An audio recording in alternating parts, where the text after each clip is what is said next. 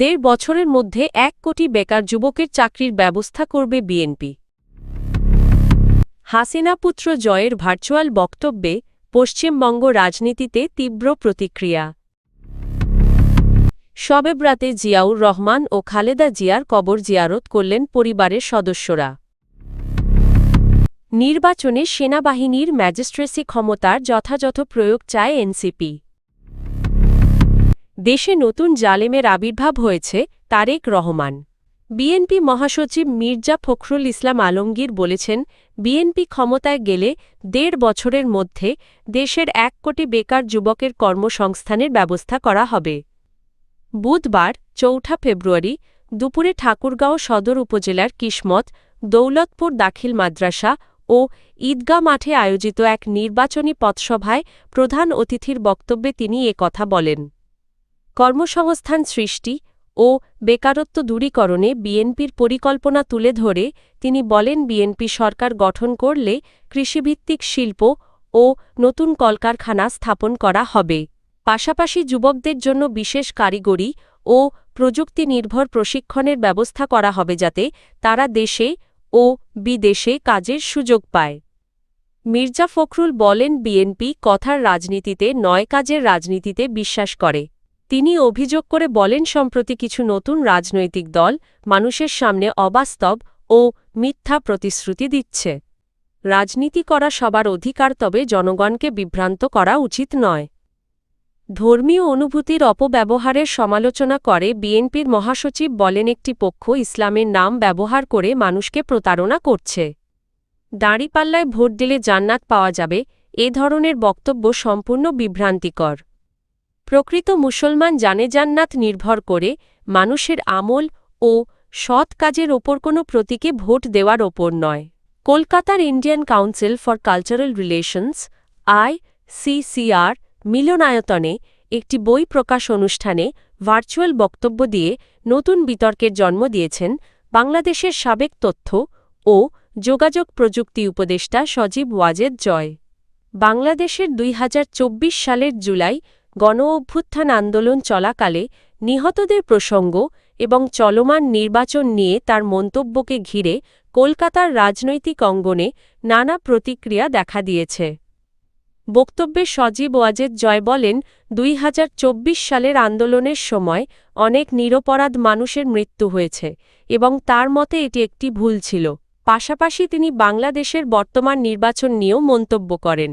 এই বক্তব্য সামাজিক যোগাযোগ মাধ্যমে ছড়িয়ে পড়ার পর পশ্চিমবঙ্গের রাজনৈতিক মহলে আলোচনা ও সমালোচনা শুরু হয়। প্রথম প্রতিক্রিয়া আসে শাসক দল তৃণমূল কংগ্রেসের দিক থেকে। নাম প্রকাশে অনিচ্ছুক এক তৃণমূল নেতা সংবাদ মাধ্যমকে বলেন, বই প্রকাশের মতো সাহিত্য ও সাংস্কৃতিক অনুষ্ঠানে এ ধরনের বিতর্কিত রাজনৈতিক ভাষণ অনুচিত। তার মতে এতে সাম্প্রতিক রাজনৈতিক উত্তেজনা আরও বাড়তে পারে। তিনি আরও বলেন, কলকাতা আমাদের সাংস্কৃতিক রাজধানী, এখানে রাজনৈতিক বক্তব্যের জায়গা থাকা উচিত কি না তা নিয়ে প্রশ্ন উঠছে।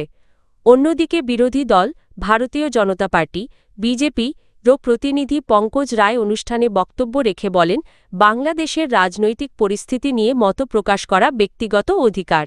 তার ভাষায় বই প্রকাশনা মূলত সাহিত্যিক আয়োজন হলেও রাজনৈতিক প্রেক্ষাপট থাকলে তা আলোচনা হতে পারে।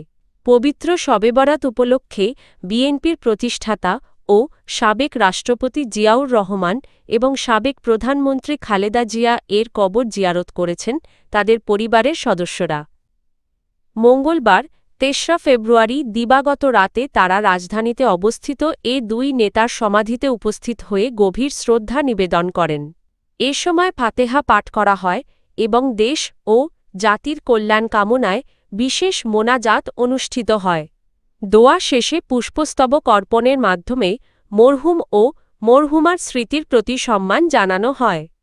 শবে বরাত উপলক্ষে এই কবর জিয়ারতের মধ্য দিয়ে পরিবারের পক্ষ থেকে ধর্মীয় ও মানবিক দায়িত্ব পালনের পাশাপাশি প্রয়াত নেতৃবৃন্দের আত্মার মাগফিরাত কামনা করা হয়। জাতীয় নাগরিক পার্টির এনসিপি মুখপাত্র ও নির্বাচন পরিচালনা কমিটির প্রধান আসিফ মাহমুদ সজীব ভুঁইয়া বলেছেন, সুষ্ঠু ও নিরপেক্ষ নির্বাচন নিশ্চিত করতে সেনাবাহিনীর ম্যাজিস্ট্রেসি ক্ষমতার যথাযথ ও ও কার্যকর প্রয়োগ জরুরি। মঙ্গলবার ৩রা ফেব্রুয়ারি সন্ধ্যায় রাজধানীর বাংলা মোটরে দলের অস্থায়ী কেন্দ্রীয় কার্যালয়ে আয়োজিত এক সংবাদ সম্মেলনে তিনি এ কথা বলেন। আসিফ মাহমুদ সজীব ভূঁইয়া বলেন, নির্বাচনকালীন সময়ে যদি আইন শৃঙ্খলা রক্ষায় সেনাবাহিনীকে দায়িত্ব দেওয়া হয় তবে সেই দায়িত্বের সঙ্গে সামঞ্জস্য রেখে তাদের ম্যাজিস্ট্রেসি ক্ষমতা পূর্ণমাত্রায় প্রয়োগ নিশ্চিত করতে হবে। এতে ভোটকেন্দ্রের নিরাপত্তা, ভোটারদের নির্ভয়ে ভোটাধিকার প্রয়োগ এবং যে কোনো অনিয়ম প্রতিরোধ করা সম্ভব হবে। সংবাদ সম্মেলনে এ সময় এনসিপির যুগ্ম সদস্য সচিব মনিরা শারমিন সহ দলের অন্যান্য নেতারা উপস্থিত ছিলেন। বিএনপির চেয়ারম্যান তারেক রহমান বলেছেন, দেশে বর্তমানে নতুন জালেমের আবির্ভাব হয়েছে যাদের মানুষ একটি গুপ্ত দল হিসেবে চেনে। তিনি অভিযোগ করেন, এই গুপ্ত দলের নেতারা ইসলামের নাম ব্যবহার করে রাজনীতি করলেও নারীদের নিয়ে প্রকাশ্যে কলঙ্কিত ও অবমাননাকর ভাষা ব্যবহার করছেন। বুধবার ৪ঠা ফেব্রুয়ারি দুপুরে বরিশাল নগরীর ঐতিহাসিক বেলস পার্ক মাঠে আয়োজিত এক নির্বাচনী জনসভায় প্রধান অতিথির বক্তব্যে এসব কথা বলেন তিনি। তারেক রহমান কোনো দলের নাম উল্লেখ না করে বলেন, দুঃখজনক বিষয় হল, যারা অতীতে জনগণের অধিকার কেড়ে নিয়েছিল আজ তাদেরই ভাষায় একটি রাজনৈতিক দল কথা বলছে। জনগণ সেই দলটিকে গুপ্ত দল হিসেবেই চেনে। তিনি বলেন, ওই দলের নেতা প্রকাশ্যে বাংলাদেশের নারীদের উদ্দেশ্যে অত্যন্ত নিন্দনীয় ও কলঙ্কিত শব্দ ব্যবহার করেছেন। যে দলের কাছে দেশের মা বোনদের প্রতি শ্রদ্ধা নেই, তাদের কষ্টের প্রতি সম্মান নেই, সে দলের কাছ থেকে দেশের অগ্রগতি আশা করা যায় না। বিএনপি চেয়ারম্যান আরও বলেন, বাংলাদেশের বাস্তবতায় নারী ও পুরুষ একসঙ্গে মাঠে কাজ করে, সংসার চালায় এবং দেশ গঠনে ভূমিকা রাখে। নারীদের পেছনে ফেলে ঘরে বন্দি করে রেখে কোনো জাতি সামনে এগোতে পারে না। তার ভাষায় দেশ গড়তে হলে নারী পুরুষকে কাঁধে কাঁধ মিলিয়ে কাজ করতে হবে। তা না হলে আমরা প্রত্যাশিত বাংলাদেশ গড়ে তুলতে পারব না।